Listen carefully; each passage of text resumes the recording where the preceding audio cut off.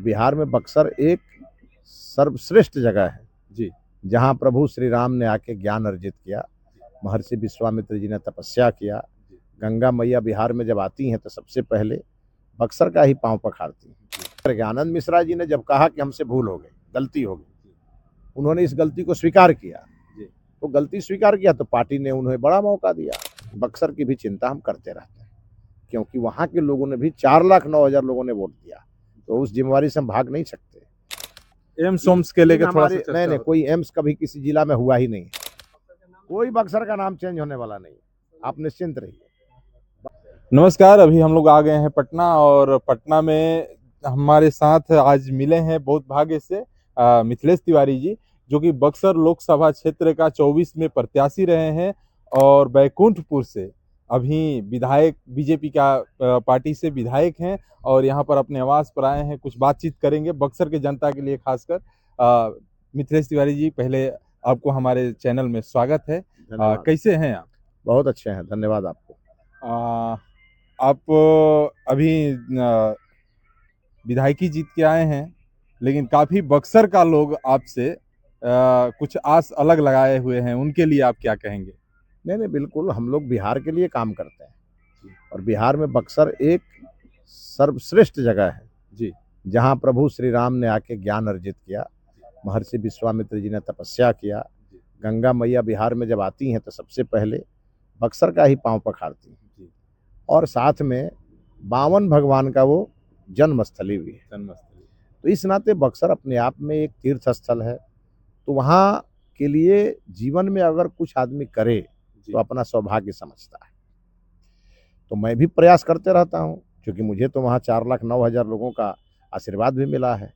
उस नाते मेरी जिम्मेवारी भी है, तो हम उस जिम्मेवारी का पालन करते रहते हैं।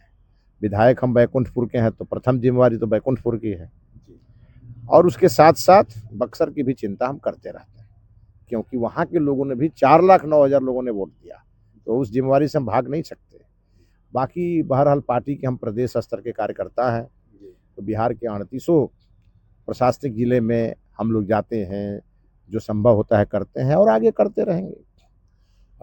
बक्सर के लिए एक सर से हमारा सवाल है कि बक्सर जिस तरह से चुनाव लड़े थे, जिस तरह से माहौल क्रिएट हुआ था, अभी फिलहाल में क्या वहाँ पर चुनाव, क्योंकि आनंद मिश्रा जी अब जीत गए हैं, वहाँ के विधायक हैं, तो अब तो छोटे भाई के रूप में स्वीकार है वो?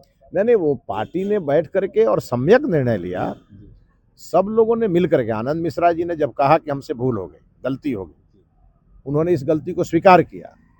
तो गलती स्वीकार किया तो पार्टी ने उन्हें बड़ा मौका दिया।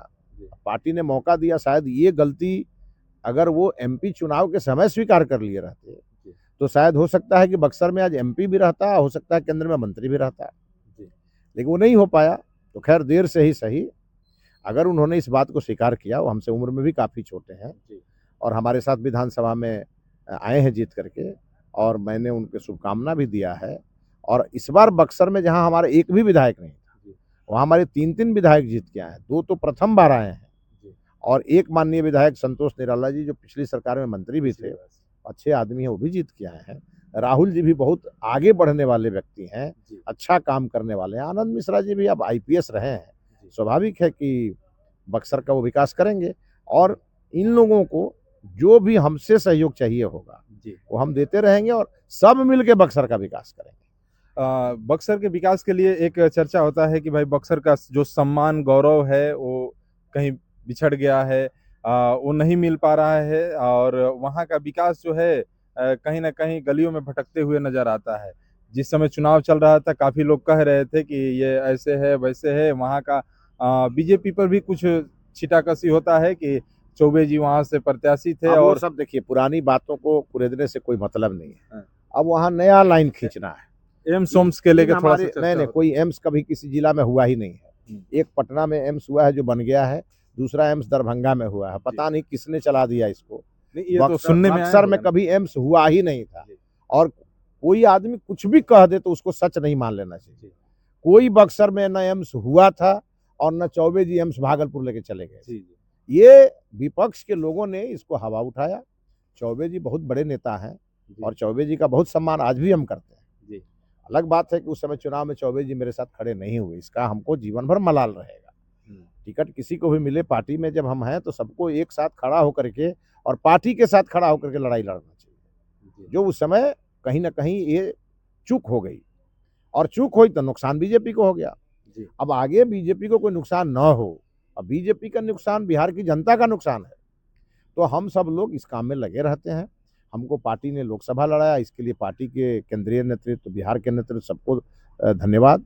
वहाँ की जनता ने 4,09,000 वोट दिया, उसको भी धन्यवाद। और फिर पार्टी ने मुझे बैकुंठपुर लड़ाया, बैकुंठपुर की जनता ने 1,04,000 वोट दे करके और मुझे इस बार प्रचंड बहुमत से जिताया।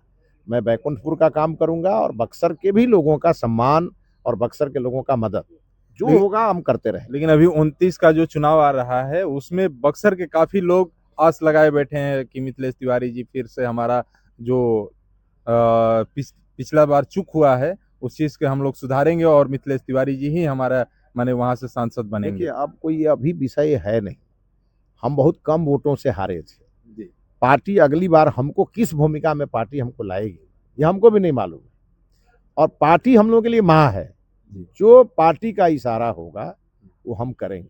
फिर भी एक बक्सर के जनता के लिए क्या? अब बक्सर की जनता के लिए तो मैंने कहा ना कि अगले चुनाव में जब तक कोई दूसरा उम्मीदवार घोषित ना हो जाता है तब तक हम बक्सर के लोगों के साथ खड़े हैं, खड़े रहेंगे। अभी भी तो काफी सक्रिय दिख रहे हैं। बिल्कुल, आगे किसी और को टिकट दे देगी पार्टी, हम उसका मदद करेंगे। हमको पार्टी कहेगी तो फिर बैकुंठपुर के लोगों से जाके परमिशन लेंगे कि आपका क्या विचार है। अगर वो कहेंगे कि लड़ना है तो लड़ेंगे, कहेंगे नहीं लड़ना है नहीं लड़ेंगे। अभी बैकुंठपुर के लोगों का साथ पूरा है। बैकुंठपुर के लोगों ने दूसरी बार जिताया हमको विधायक, तो बैकुंठपुर के लोगों का तो सम्मान और स्वाभिमान सब हमको बचाना है और हम बचाएंगे। अभी तक 1 लाख किसी को मत नहीं मिला था बैकुंठपुर में, प्रथम बार कोई विधायक बैकुंठपुर से बना है जिसको 1 लाख मत मिला है। लेकिन विपक्ष तो हवा उड़ा रहा है कि 10,000 पैसे का कमाल है। विपक्ष कुछ भी कह सकता है, कुछ भी कह सकता है। विपक्ष पर मत जाइए, विपक्ष के पास अब उनकी बुद्धि भ्रष्ट हो गई है, तो उनके ऊपर सवाल मत उठाइए। बहरहाल हम लोग चाहते हैं कि प्रभु श्री राम का जहाँ जन्म हुआ उसको मोदी जी ने सजा दिया।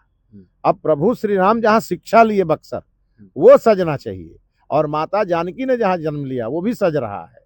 तो बक्सर आप देखिएगा, इसी बीच में बक्सर भी सज जाएगा। हम सब मिलके बिहार के एनडीए के तमाम एमएलए चाहते हैं, वो चाहे किसी दल का हो, लेकिन सब चाहते हैं कि बक्सर सजे। वो कोई राजनीतिक मुद्दा नहीं है, वो हमारे लिए आध्यात्मिक मुद्दा है, सांस्कृतिक मुद्दा है। देखिए, कोई बक्सर का नाम चेंज होने वाला नहीं, आप निश्चिंत रहिए। बक्सर का नाम बहुत बार चेंज हो चुका है, व्याघ्रसर से बक्सर हुआ है, और बक्सर बक्सर ही रहेगा। जहां जिस बक्सर में भगवान राम आए, जहां भगवान बामन आए, वहीं पे महर्षि विश्वामित्र जी आए। अगर किसी ने ये प्रस्ताव दिया है तो हो सकता है उन्होंने कुछ सोच के दिया हो, लेकिन बक्सर को बक्सर रहने दीजिए। देखिए कि हमारे साथ में बक्सर का सांसद, भविष्य का सांसद मिथिलेश तिवारी जी थे और बातचीत किए और बक्सर के बारे में जो कुछ कहे वो सुनाए। बाकी हमारे चैनल पर जुड़ने के लिए नमस्कार। मेरे साथ मीडिया कर्मी अक्षय भाई और मेरा नाम चंदन दुबे। नमस्कार, जय बिहार।